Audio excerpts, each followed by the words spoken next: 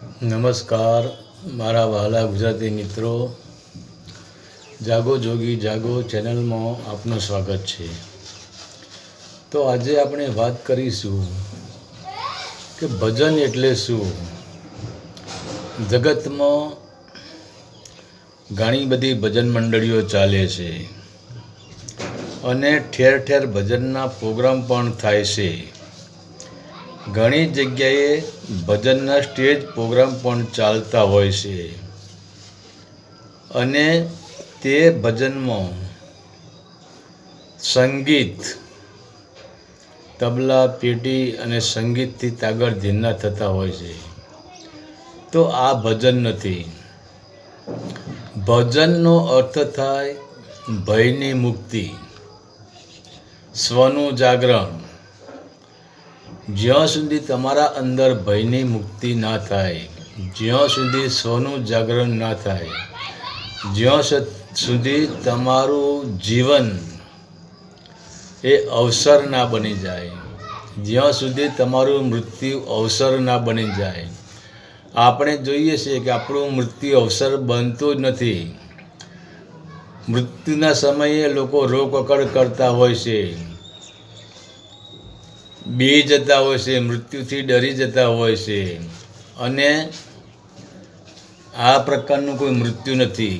તો મૃત્યુને અવસર બનાવો, જીવનને અવસર બનાવો અને ભયથી મુક્તિ થવું, એનું નામ ભજન। અને એ પછી તમારા અંદરથી જે શબ્દો નીકળે એ શબ્દ તમારે શોધવા પડતા નથી। તમારો અંદરનો જે અનુભવ થાય, અંદરના અનુભવને સંતોએ બહાર પાડ્યું છે। જેને સંતો માટે એ ભજન છે, પરંતુ આપણા માટે તે સંતવાણી છે। કેમ કે ભજન કરવું પડતું નથી, ભજન આપમેળે થઈ જાય છે। ભજન અંદરથી થાય છે અને તે ભજન અંદર આઠે પહોર ચાલુ જ છે। તો તમે ભજનને કેવી રીતે ગાઈ શકો? કારણ કે ભજન શબ્દોથી પર છે, જેને આપણે અનહદ નાદ પણ કહીએ છીએ।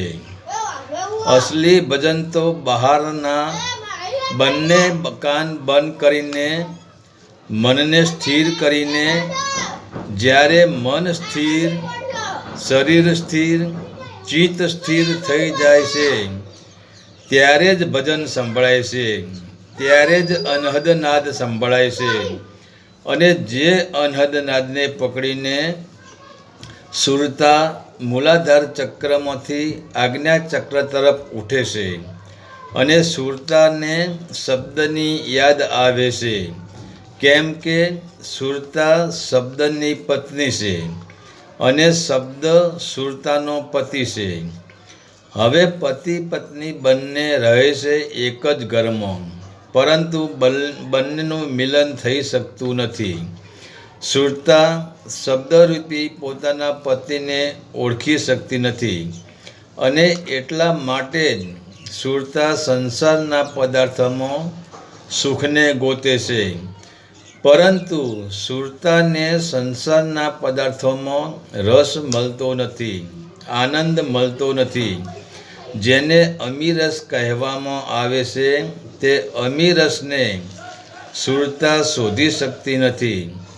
તો જ્યારે કોઈ પણ ભક્ત બહારના બધા જ શબ્દોને છોડી મનને અને તનને સ્થિર કરી અંદરના કાનથી અનહદ નાદને સાંભળે, ત્યારે અસલી ભજન ચાલુ થાય છે। અને પહેલાં તો ભજન ચાલુ થતાં જ મન પ્રફુલ્લિત થઈ જાય છે અને સુરતા શબ્દ તરફ ખેંચાય છે।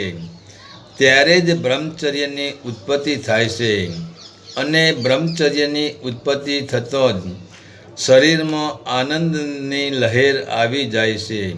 ત્યારે જ અંદર ભજનની શરૂઆત થાય છે અને જે સંતો ભજનની ધારામાં ઉતર્યા, તેમને સંસારના અને શબ્દના અંદરના અને બહારના બધા જ અનુભવ થયા છે અને આપણે તે સંતવાણીને ભજન કહીએ છીએ। તે સંતોના મુખમાંથી આપમેળે શબ્દની ધાર ફૂટી નીકળે છે.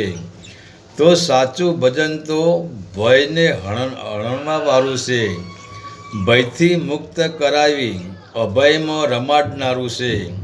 અને વાત પણ સાચી છે, જે સંતોની સુરતા પરમાત્મા સાથે બંધાણી તે બધાનું જીવન એક અવસર બની ગયું છે અને તેમનું મૃત્યુ પણ અવસર બની ગયું છે.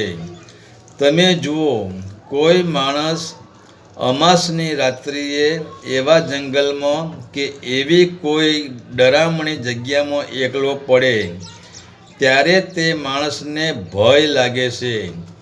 તો તે માણસ ભયને ભૂલવા માટે રામધૂન ગાય છે અથવા હનુમાન ચાલીસા ગાય છે. તો એ ટાઈમે તેને રામધૂન કે હનુમાન ચાલીસા ગાવા માટે મનને શાંત કરવું પડતું નથી. ભયથી જ મન ઓટોમેટિક શાંત થઈ જાય છે અને વગર પ્રયાસે હનુમાન ચાલીસા ચાલુ થઈ જાય છે. તે પણ વૈખરી વાણીમાં નહીં. ત્યારે તે હનુમાન ચાલીસાના શબ્દો નાભીથી ઉપડતા હોય છે અને એ ટાઈમે તમારી બધી જ ઇન્દ્રિયો સ્થિરતામાં આવી જાય છે. ત્યારે જ તમારા ગાયેલા હનુમાન ચાલીસા તમને ભયમાં સાથ આપે છે. કેમ કે થોડા સમય માટે ભયના કારણે તમારા હનુમાન ચાલીસા તમારું ભજન બની જાય છે. અને જે ભજનથી ભય ના ભાગે અને ખાલી મનોરંજન થાય તે ભજન નથી. અને એટલે જ આજે ભજન કોઈના અંદર ઉતરતું નથી.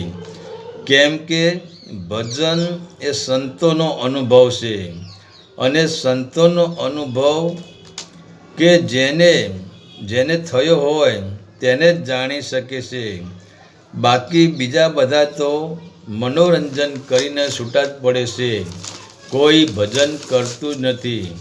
તો અસલી ભજન એ છે કે અનહદ નાદ, આઠે પહોર અનહદ નાદની અંદર આનંદમાં રહેવું. તો અનહદ નાદનું ભજન સાંભળતો, અનહદ નાદનું ભજન કરતો આપણને અંદરથી ઘણું બધું, કારણ કે આ શરીર છે પિંડેશો બ્રહ્માંડે. આ શરીરની અંદર આખું બ્રહ્માંડ છુપાયેલું છે. બધા જ શબ્દો છુપાયેલા છે, બધા જ ગ્રંથો છુપાયેલા છે, બધા વેદ પુરાણ બધું જ આ શરીરની અંદર છુપાયેલું છે. અને અંદરથી જે અનુભવ થાય છે તે સંતોએ બહાર ગાયું છે, એને જ આપણે ભજન કહીએ છીએ. હરિ ઓમ તત્સત. આદેશના પ્રણામ.